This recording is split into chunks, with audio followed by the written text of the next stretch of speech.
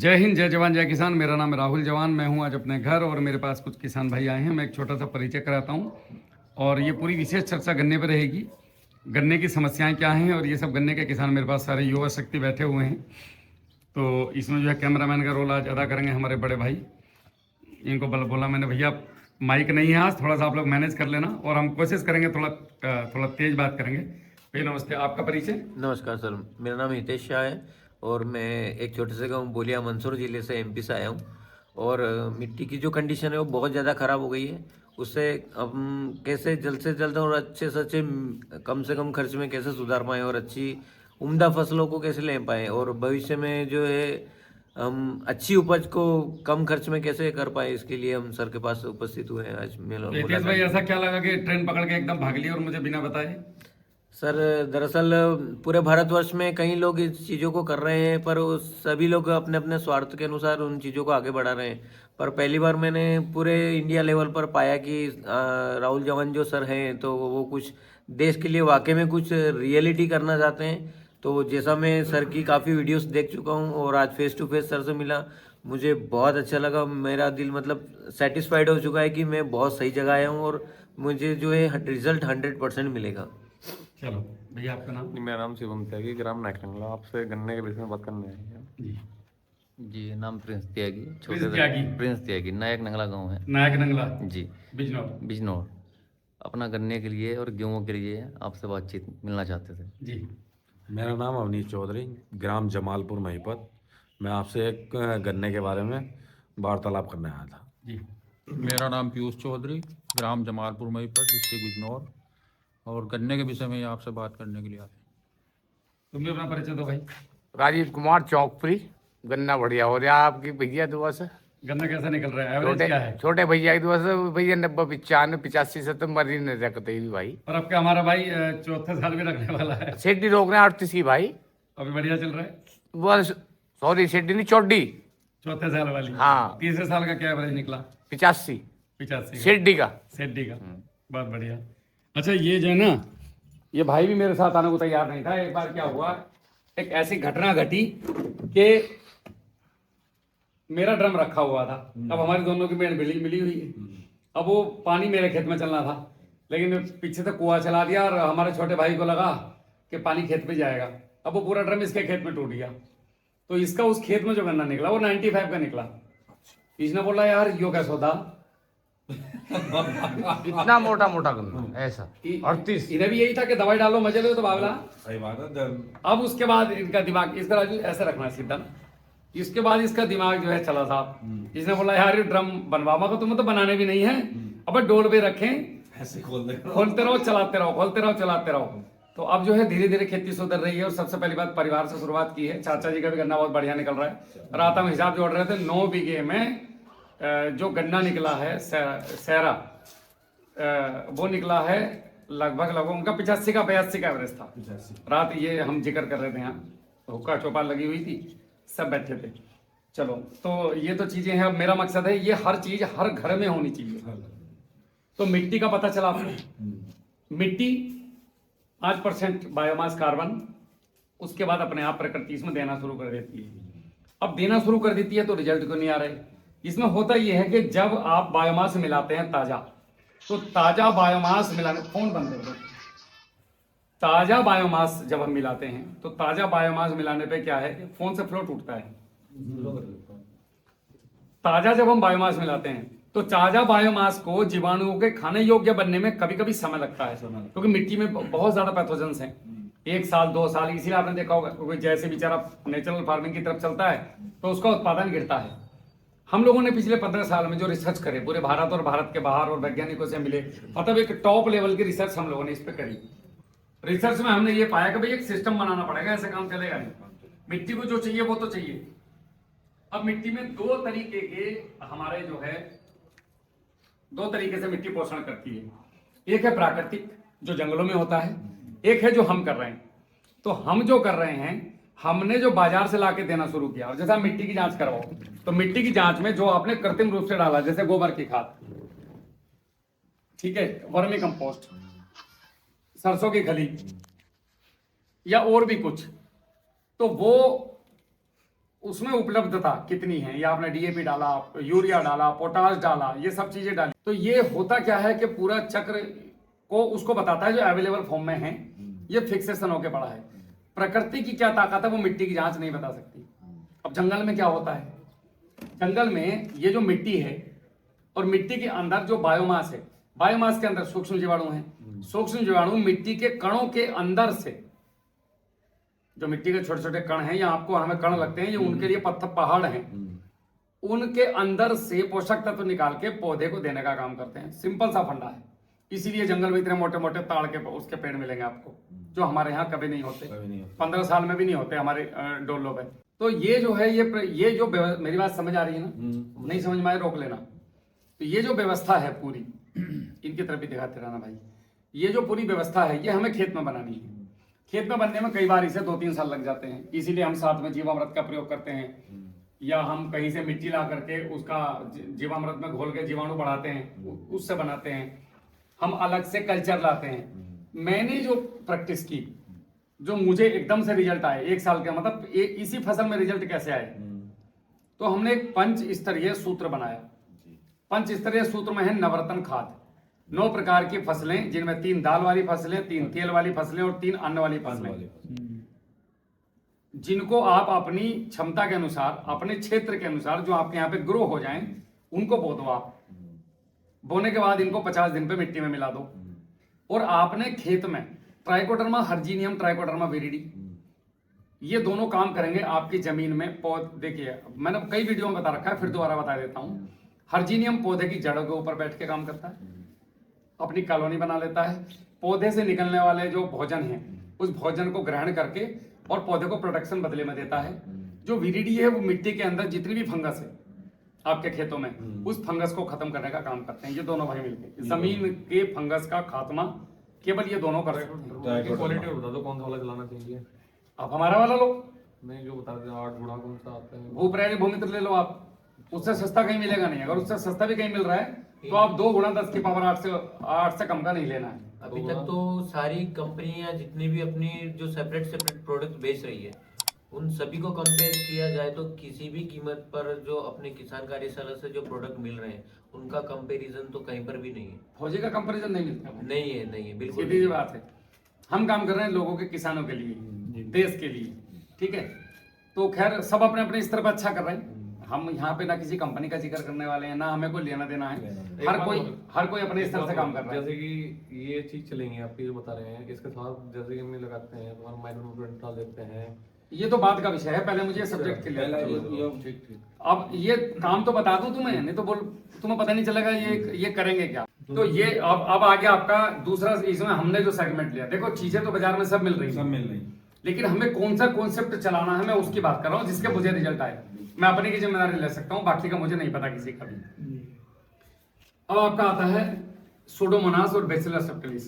Pseudomonas जमीन से nutrition पहुंचाने का काम भी करता है, साथ में ये बैक्टीरियल बीमारी, जितनी पानी से बीमारी होती है। आपके खेत में आपने कुआं चलाया, कुआं चला दिया तो आपके खेत में काई जम गई, वो काई क्या है, फंगस है, बैक्टीरियल बीमारी है। वो फिर वो पानी उसी से निकल के आपके खेत में जा रहा है, तो बैक्टीरियल बीमारी तो जाएगी कि नहीं जाएगी। आप दवाई खेत में तो डालते हो, भरे में थोड़ी डालते हो। या आपका पाइप भी है तो पाइप में काई जमी हुई है, वहां पे दुनिया भर की बैक्टीरियल ग्रोथ होती है, उसको कौन साफ करेगा? अब हम कहाँ करेंगे? कैसे पाइप में पूछना डालने अंदर हिलाएं, संभव नहीं है वो चीज। तो हम क्या कर सकते हैं, हम सूडोमोनास और बैसिलस सबटिलिस जो एंटीबायोटिक का काम करता है। आप दुकानों पे जाते हैं तो कई प्रकार की इसमें दवाइयां आती हैं जो एंटीबायोटिक के नाम से मिलती हैं, ये उनका सब्स्टिट्यूट है फ्री वाला। ये सब चीजें जमीन में थी, हमारी गलतियों की वजह से जमीन छोड़ गई, ये डोरमेंसी में है, हमें इन्हें वापस लाना है। नीचे पहुंच गई, जिंदा करना दोबारा से। तो ये दोनों का काम ग्रोथ का है, और ग्रोथ के साथ साथ बैक्टीरियल बीमारी का है, और फंगल कई बीमारी रोकता है। जैसे ही हम इसे जमीन के ऊपर स्प्रे करते हैं तो फिर ये फंगिसाइड का जबरदस्त काम करता है। कैसी भी फंगस हो, कितनी भी बुरी फंगस हो, दुनिया की कोई फंगस हो, किसी भी फसल की हो, सेब की, आम की, नींबू की, गन्ने की, चने की, मटर की, हर फंगस का खात्मा करता है। ये करता क्या है, जो ऊपर फंगस लगी हुई है उस फंगस को खा करके उसके अंदर जो प्रोटीन है, जो कीड़े लगे हैं, उनके प्रोटीन को ये अपने आप खा करके अपनी कॉलोनी बढ़ाता है। अभी इसमें एक चीज और है, सूडोमोनास जब पत्तों पे स्प्रे करते हैं, उंगली आ रही है आपके कैमरे पे, सूडोमोनास जब हम पत्ते पे स्प्रे करते हैं तो ये पत्तों के अंदर, इसके अंदर से गंध निकलती बॉडी की, वो गंध जंगली जानवरों को, कीड़ों को पसंद नहीं है, तो कीड़े आते ही कम हैं। अगर आप सूडोमोनास का लगातार स्प्रे करते हैं तो कीट वहां आने से बचता है, और कीट को ये बताइए ये जगह सुरक्षित नहीं, मैं अंडे नहीं दे सकता, तो वो वहां आपके पत्ते के ऊपर बैठेगा भी नहीं। अब इसमें नंबर तीसरा आता है निमाटोड। हमारे पौधों की जड़ों में छोटी छोटी गांठें बन जाती हैं और हम ऊपर फंगीसाइड और कीटनाशक डालते रहते हैं। वो गांठों के अंदर एक जीव होता है जो केंचुए की तरह होता है, कई बार आंखों से दिखता भी है, कई बार नहीं भी दिखता है।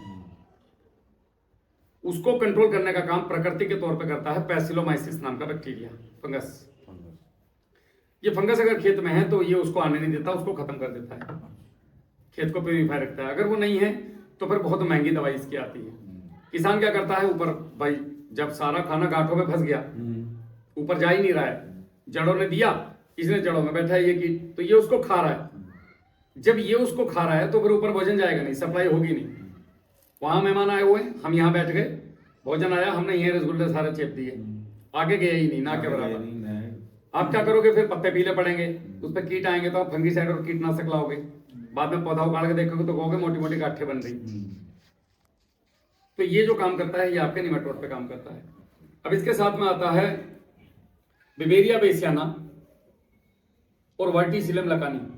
जितने प्रकार के रस चूसने वाले कीड़े हैं, जितने भी प्रकार के, पत्ते के ऊपर ब्लैक थ्रिप्स हो गया, व्हाइट अपना एक वो सफेद वाला तेल वो आता है, थ्रिप्स में भूरे भूरे कलर के दिखते हैं, गेहूं के ऊपर आ गया, सरसों के माहू आ गया, ये जितने भी रस चूसने वाले कीड़े हैं ये सब का काल है। ये दोनों मिलाकर के इतना जबरदस्त कॉम्बिनेशन है, बहुत टॉप क्लास का।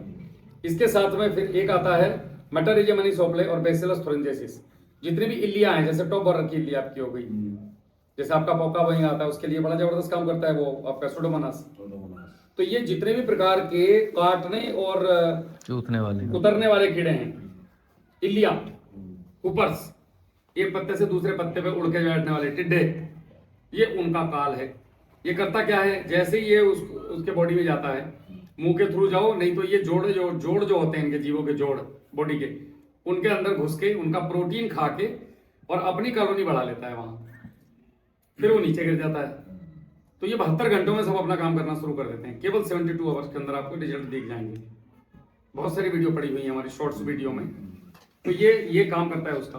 अब ये बताओ कहाँ को कीड़े बीमारी रह गई।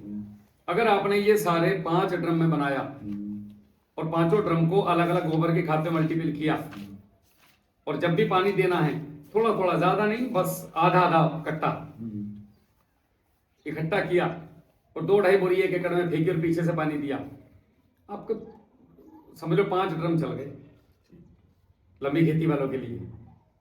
जो अगर कोई वेंचुरी वाला है, ड्रिप वाला है, तो वो 1 लीटर से ये जैसे मदर कल्चर बन गए। अगर ये किसी तरीके से ज्यादा हो जाएंगे माता कोई दिक्कत तो नहीं है। ज्यादा ही तो करने, हाँ जंगल की मिट्टी में ज्यादा है इसलिए वो स्वस्थ है। हाँ ज्यादा है, अगर ज्यादा हो जाएगा तो दिक्कत। आप दूध उतना ही पियोगे जितना आपको चलेगा। सही बात। दारू ज्यादा पी जाओगे, दारू ज्यादा गड़बड़ है, दूध ज्यादा गड़बड़ नहीं है। दूध आप पियोगे उतना जितना आपको खपेगा। दूध से ज्यादा आपको टॉयलेट आ सकती है, सुबह 2-3 पेट साफ हो जाएगा, इतना ही रिएक्शन है, और दूध का कोई रिएक्शन नहीं है। सही बात है। आप उससे मरेंगे नहीं, लेकिन दारू ज्यादा पीने से नस फट सकती है और मर सकते हैं, हार्ट अटैक हो सकता है, बहुत कुछ हो सकता है, बीमार बस। भी हो सकता है। तो वो ये उसका वो लीवर खराब करेगा कि अब जैसे ये 5 हमने कल्चर बना लिए जी 5 कल्चर बना भैया की तरफ देखो। 5 कल्चर बनाने के बाद हमें पहला पानी लगाना है। तो पहला पानी में हमने वो गोबर की खाद ले ली, हाँ, और वो उसमें से ये 5 एक साथ आप बना के रखो ना खेत पे, नहीं खेत पे बना के रख लिया जैसे आपके पास ज्यादा जमीन है, हाँ। तो आप क्या करो, 4 बांस गाड़ो, ठीक 4 बांस गाड़ लिए, एक बांस बीच में गाड़ो, 5वां बांस। अब चारों बांसों में 4 डंडे ऐसे ऐसे गाड़ दो जैसे छतरी गाड़ते हैं। हो गए, समझ गए मेरी बात? हाँ। इस तरीके से। हाँ। अब इसके ऊपर आप चारों तरफ से रस्सी बांध दो, जी जाल पुरवा लो, एक ही बार का काम है, सीढ़ी लगा के। इसके ऊपर गन्ने के पत्ते खूब सारे डाल दो, ठीक है खूब दबा कर डलवाओ। गन्ने के पत्ते के ऊपर एक पॉलिथीन डाल दो। ठीक। अब आपका प्रसाद भी पियो और ऊपर से अंदर गर्मी भी नहीं आनी। गर्मी भी नहीं अब इसके नीचे आप, जैसे मेरी मंडैया बनी हुई, जी जी प्रैक्टिकल के तौर पे मेरी खुद की मंडैया है, उसके अंदर आप पॉलिथीन बिछाओ नीचे, और आप उसके अंदर 2-2, 4-4, 5-5, 10-10 कुंटल की 5 ढेरी बना लो। अच्छा मदर कल्चर से निकाला, एक ड्रम के सामने ये उसके अंदर डाल दिया। इन्हें पांचों को मिलाना अलग अलग ढेरी में। हाँ, ये पांचों अलग अलग रहेंगे। हाँ, पांचों अलग अलग रहेंगे। पांचों अलग अलग रहेंगे। ठीक। और पांचों के पांचों जो है आपके, ये जब बनाओगे, हाँ। एक ढेरी बनाने के बाद हाथ और पैर थोड़ा धुल लेना, बिल्कुल। तब दूसरी ढेरी में एंटर करना। दूसरी ढेरी में। अब आपने क्या किया है, ढेरी गोबर डाल दिया पहले तो, पन्नी वन्नी उसके सब निकाल दी। ठीक। गोबर तो किसी भी चीज का ले सकते हैं, गाय का? किसी का भी, कोई बकरी वकरी किसी का भी चलेगा। हाँ, गोबर। अब आपने ये मदर कल्चर लिया, गोबर पुराना ही चाहिए, हाँ ताजा नहीं। पुराना। ताजे में काम। ताजे को डिकम्पोस्ट करने का तरीका 1250 नंबर की वीडियो में मैंने बताया हुआ है कि कैसे डिकम्पोस्ट करना है। अब आपने ये लिया और लेकर के ये उसके ऊपर छिड़क दिया। ठीक। मदर कल्चर में से 5 लीटर लिया, 50 लीटर पानी में डाला। अब वो 50 लीटर पानी में आपने 1 किलो गुड़ डाल दिया, 1 किलो गुड़ 1 किलो दही डाल दी। 1 किलो दही डाल। अब इसे घोल को उसके ऊपर डाल के और फावड़े से काट मरवा दी। फावड़ा ऐसा चलाना है कि वो नीचे पन्नी बना लगे, क्योंकि बैक्टीरिया अपने आप पहुंच जाएंगे भोजन खाने, आपको टेंशन लेने की जरूरत नहीं। अब ये पांचों ढेरी 10 दिन कम से कम छोड़नी है। 10 दिन के बाद ये 6 महीने तक इनमें बढ़ेंगे ही, घटने से रहे, इतने बन जाएंगे बेहिसाब। अब जब भी पानी चलना है, नौकर को समझा दो, एक का तसला सब में से ले ले, 5 तसले लिए, हेक्का खेत में पीछे से कुआं खोल दो, आपकी ड्यूटी खत्म। या पानी भर दिया, 5 तो तसले एक ही जगह में लगा के बाद में एक साथ, अच्छा। बनाने अलग अलग, बनाने अलग अलग। हाँ। बाद में एक साथ जगह मिलवा मिलवा के के। और उसमें डलवा। दुनिया की किसी फसल में ठीक। आपके यूरिया देखो इसमें है क्या क्या। अब दूसरा वाले सेगमेंट में आते हैं। भूमित्र में जो 5वीं ढेरी होगी उसमें नाइट्रोजन के 4 बैक्टीरिया हैं, ठीक। एसिटोबैक्टर, राइजोबियम, एजोस्पिरिलम, जो हर प्रकार की फसल को यूरिया यानी कि आपका नाइट्रोजन देने का काम करते हैं। नाइट्रोजन देने का काम करेंगे। ठीक है, यूरिया मैं आपको भाषा के लिए समझा रहा हूँ। दूसरा फास्फोरस के हैं, पोटास के हैं। ये कौन लोग हैं? ये वही हैं जो जमीन में जाके पत्थरों के अंदर से निकाल के देंगे। और जो आपका घास फूस पड़ा हुआ है, बायोमास, गोबर की खाद, वर्मी कंपोस्ट, जो भी कुछ है उसमें से निकाल के ये देंगे। 1 साल में ये बैक्टीरिया 25% तक नेचुरल तौर पे जो भोजन है वो जमीन से खींच के देते हैं। आपकी जमीन में बहुत अनंत काल तक, हजारों करोड़ों साल तक का भोजन पड़ा हुआ है। पड़ा हुआ। प्रकृति जिसने बनाई है वो हमसे ज्यादा दिमागदार था, ऊपर वाला। तो ये हमने ये उसमें निकालने का काम करेंगे। ठीक है, और जैसे जैसे ये बढ़ते जाएंगे तो ये ज्यादा खींचते जाएंगे। तब तक के लिए हमने गोबर की खाद, सरसों की खाद, थोड़ा गुड़ गोबर, थोड़ी वर्मी कंपोस्ट या थोड़ा बहुत भट्टी खाद बना के डीएपी वगैरह का हमने डाल दिया। तो हमने पूर्ति कर दी, इक्वल पे आ गए हम। हमने कोई भी खाद बिना पके नहीं डालना है, बिना फर्मेंटिंग किए। सोलेबल फॉर्म में डालना है, मतलब पका के देना है, कच्चा भोजन नहीं देना। कच्चा देंगे तो फिक्स होगा, हमें पका के देना है। ठीक है। तो ये कॉन्सेप्ट हो गया इसका। अब ये 5 ढेरी मिलाओ और खेत में फेंक दो, आपकी ड्यूटी खत्म। नीचे से तो बीमारी आवे नहीं, बिल्कुल गारंटेड। और आपको रिजल्ट जो मिलेंगे वो कहोगे यार ये तो मामा आधे भरी में काम हो गया यार, ऐसा कैसे हो पहले गया? पहले डाल दें। हाँ जी, डाल कर पानी चला देना है पीछे से। इसको आप 12 महीने कभी भी दे लो, अच्छा। किसी भी फसल में कैसे भी। गन्ने की कैसे प्रैक्टिस करनी वो हम अभी डिस्कस करेंगे। ये पहले मैं इनको चलाने के तरीके बता रहा हूँ आपको। तो ये पूरा एक कॉन्सेप्ट हो गया। अब हमने इसके साथ में या तो माइक्रोराजा घर पे बना लो या आप हमारे यहाँ से ला सकते हैं। फसल की बुवाई पे माइक्रोराजा दे दो तो पौधे की जड़ों में 3000 आईपी का जब माइक्रोराजा जाएगा तो वहां से 3000 स्पोर फोड़ता है, वो 3000 रूट्स निकालता है। तो एक जहां तक जैसे अभी मैं हूँ, जैसे पहले वो चला था रिगेंड, जैसे मैं हूँ अभी यहाँ पे, ठीक है, तो मुझे यहाँ तक आपके पास तक जाना है, ये मोबाइल देना है, तो आप आगे हाथ करो। अब आप नहीं ले पा रहे है नहीं, इनको मोबाइल दे दो तो आप माइक्रोराजा हो गए। ये मेरे पास आ इनके और मेरे बीच की। अब माइक्रोराजा लेता क्या है? माइक्रोराजा लेता है जो जड़ों से निकलने वाला भोजन है, जिसपे ट्राइकोडर्मा आ रहा था, उसी में से थोड़ा सा भोजन ये भी लेता है। जैसे हमारे घर के बाहर कुत्ते, हमारे घर के बच्चे कुछ रोटी खाते हैं और 8-10 कुत्ते हमारी रखवाली कर रहे हैं फ्री में, कुछ नहीं ले रहे बेचारे। अगर मैं उनकी जगह सिक्योरिटी गार्ड लेके आऊँ तो 20,000 रुपये लेगा, और साथ में किसी को बंदूक मार दी तो मेरे खिलाफ केस हो रहे फिरेंगे। समझ गए मेरी बात? तो ये माइक्रोराजा का नेचुरल काम है, जड़ों को बहुत दूर तक बढ़ाना।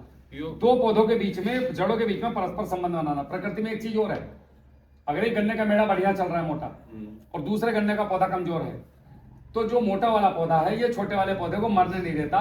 इसके बीच में माइक्रोराजा जड़ बन करके इससे लेता रहेगा, इसको देता रहेगा, इसको लेता रहेगा, इसको देता रहेगा। समझ रहे मेरी बात? हम लोगों के बीच में माइक्रोराजा नहीं है, जड़ों के बीच में।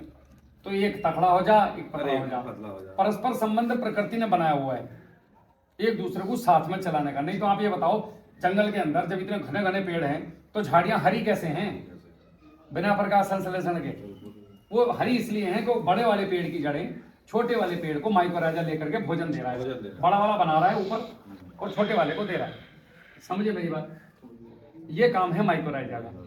अब इसमें सबसे बड़ा एक रोल आता है हार्मोन्स का, साइकोटेनिन, जिब्रेलिन, आपका ऑक्सिन, पेनिट्रेटर्स, इमल्सिफायर, ये सब आपके जो है नेचुरल तौर पे पौधों को मिलते हैं, लेकिन उसके लिए बायोमास कम से कम 2% होना चाहिए। 2% कम से कम। जब तक नहीं है हम इसको ऊपर से दे सकते हैं। ऊपर से कैसे दें? तो मैंने जो 8-9 ड्रम 1243 नंबर की वीडियो में बनाने बताए हैं, आप उनके थ्रू बना सकते हैं, या फिर हमारे यहाँ से अन्य फसलों के लिए केला गुरु, केवल गन्ना और बाजरे वाली फसल है जो नेपियर घास होती है, उसके लिए गन्ना गुरु करके हमने इनमें हार्मोन्स कृत्रिम रूप से डाले हुए हैं, जो गारंटी के साथ हम लोग आपको देते हैं। रिजल्ट नहीं, पैसा वापस। ठीक है? तो ये आप अगर आपने उसमें डाला तो ये हार्मोन्स क्या करेंगे? जो भी नीचे भोजन की व्यवस्था तो हमने कर दी, अब किस भोजन ने, फास्फोरस ने पौधे में क्या काम करना है ये कौन बताएगा? फल देना है, चमकदार देना है, नहीं देना है, टेस्ट बनाना है उसके अंदर, ये कौन करेगा? ये सारा खेल नेचर का है और ये हार्मोन्स का खेल है साहब। तो ये हार्मोन्स हमने दे दिए, भोजन पका के दे दिया, स्प्रे हमने इन दोनों के कर लिए। मुझे नहीं लगता इसके अलावा हमारे पास कुछ है। एक अब बचता है माइक्रोन्यूट्रेंट। अगर हम माइक्रोराइजा देते हैं तो माइक्रोराइजा नेचुरल तौर पे जमीन में बहुत सूक्ष्म तत्व हैं, उन सबको माइक्रोन्यूट्रेंट को देने का काम करता है, प्लस साथ में सूडोमोनास भी माइक्रोन्यूट्रेंट देने का काम करता है। उसके बावजूद भी अगर हमें ऐसा लगता है कि भाई माइक्रोन्यूट्रेंट की जरूरत है तो हम दूध का स्प्रे कर सकते हैं। बेहतरीन माइक्रोन्यूट्रेंट दूध के अंदर, ऐसा कोई माइक्रोन्यूट्रेंट दूध में नहीं, ऐसा नहीं है जो बाहर अवेलेबल हो दूध में ना हो। तो जो बड़े स्तर पे खेती करते हैं या दूध का माइक्रोन्यूट्रेंट स्प्रे नहीं संभव है किसी के लिए, फिर वो HDL प्रोटीन मिक्स न्यूट्री हम लोग दे रहे हैं आप लोगों को। अब वो दूध के स्प्रे से सस्ता पड़ता है। अगर दूध का स्प्रे देखेंगे तो 500 रुपए के आसपास का पड़ेगा। दूध का स्प्रे करना बताया था मैं हाँ, मुरादाबाद में, और ये 350 से, लेकिन उन्होंने उसकी प्रक्रिया नहीं बताई थी। उनकी छोड़ो, हम अपनी बात कर रहे हैं। ये जो ये अपने क्या था, प्रोटीन और मिक्स न्यूट्री हैं, इसमें सारे माइक्रोन्यूट्रेंट, अमीनो एसिड और सब चीजें हैं। हमने इतना सस्ता बनाया है कि ताकि ये आपके इक्वल, मतलब दूध से सस्ता पड़े किसान को। उसको लगे कि नहीं यार मैं अब कंफर्टेबल हूँ। इसकी मान लिया स्प्रे 1.5 ग्राम पर लीटर में स्प्रे वो रहेगी या वो भी कर सकते हैं? हम तो ड्रिंचिंग केले में करवाते हैं। ड्रिंचिंग 1 किलो 1 एकड़ में 1 किलो डाल दो, साल में 3 बार, आपका काम हो गया। या स्प्रे कर लो, या स्प्रे कर लो। अब जैसे गेहूं है, गेहूं में ड्रिंचिंग कैसे करोगे? हाँ, गेहूं में नहीं होती। तो और गेहूं में ना करके आप इस पे स्प्रे कर दो, गेहूं पे स्प्रे कर दो, गन्ने में ड्रिंचिंग कर दो। गन्ने में ड्रिंचिंग कर दो। और फसलों, जिन फसलों में, बागवानी की फसलों में ड्रिंचिंग प्लस स्प्रे जी, और बाकी में स्प्रे, इतना पर्याप्त, इतना ज्यादा नहीं चाहिए जितना हमें कंपनियां बेचने की कोशिश करती हैं। अब आता है एक स्टिकर का रोल बहुत बड़ा। स्टिकर का काम केवल चिपकाना नहीं होता है। अगर सिलिकॉन उसके अंदर है तो पत्ते का जो छेद है, वो पानी का जो बॉल है, पानी की जो बूंद है, बूंद के अंदर पानी का जो सबसे छोटा कण है फुहार के रूप में, वो भी पत्ते से कई 100 गुना बड़ा है, पत्ते के रोम छिद्र से। तो ये पूरा जब हम स्प्रे करते हैं, पत्ता तो भीग जाता है लेकिन पत्ते के अंदर नहीं जाता और बाहर से भाप बन के उड़ जाता है, इसलिए हमारी दवाई खराब जाती है। अगर हम इसमें सिलिकॉन स्टिकर मिलाते हैं तो ये 400 गुना तक इसको बारीक कर देता है और सीधा पौधे का आप देखोगे पत्ता उठा के 20 मिनट के बाद तो पीछे से भी गीला मिलेगा। तो ये उसको अंदर तक पहुंचाने का काम करता है। ये 100 ml की शीशी हमारे यहाँ से आती है। आप 1 एकड़ में आपको 10 ml डालना है बस। 10 ml डालना। हाँ, इसके अलावा इमरजेंसी के लिए हम लोग नीम का तेल भी 10,000 ppm का देते हैं। अगर किसी को ऐसा लग रहा है कि भाई थोड़ा फंगस बहुत ज्यादा आ गई या बीच में से उन्होंने शुरू किया है या किसी के खेत में बहुत ज्यादा हालत खराब है, मेरा खेत नजदीक में है, तो आप सूडोमोनास वाले में या BBMB का जो स्प्रे करेंगे आप उसमें 100 ml ये नीम का तेल भी डाल दो, फिर देखो कमाल, इसकी पावर बहुत ज्यादा वो हो जाती है, ग्रो हो जाती है। अब हम आने वाले टाइम में सिस्टर कल्चर के ऊपर भी प्रैक्टिकल कर रहे हैं कि किसानों को सिस्टर कल्चर ना बनाना पड़े, मदर कल्चर इतना मजबूत बनवा दें कि 5 लीटर मदर कल्चर से काम हो जाएगा 1 एकड़ में। तो आपका ये ढेरी वाला भी काम खत्म हो जाएगा और ये भी, उस पर हमारा प्रैक्टिकल चल रहा है। अभी 2-4 महीने के बाद अगर सफल होते हैं तो बढ़ाएंगे, वरना ये सबसे बेस्ट तरीका है, सबसे सस्ता तरीका है। 1 लीटर से 100 लीटर बन रहा है। 1 लीटर 100 लीटर। अब 100 लीटर में आप 1 एकड़ में चला दो, धुएं उठा देगा ट्राइकोडर्मा। इससे सस्ता कहीं आपको मिलेगा। माइक्रोराइजा बनाने का जरा सिस्टम बता दो। माइक्रोराइजा की वीडियो पड़ी हुई है, इसमें समय खराब करने से क्या फायदा, वो अब मैं आपको भेज दूंगा। माइक्रोराइजा की पूरी कंप्लीट एक वीडियो मैंने बनाया हुआ है, एक नहीं 10 से 12 वीडियो हैं। अभी बात आ रही थी गन्ना बोने वाली, ठीक है, इस वीडियो को यहीं खत्म करते हैं।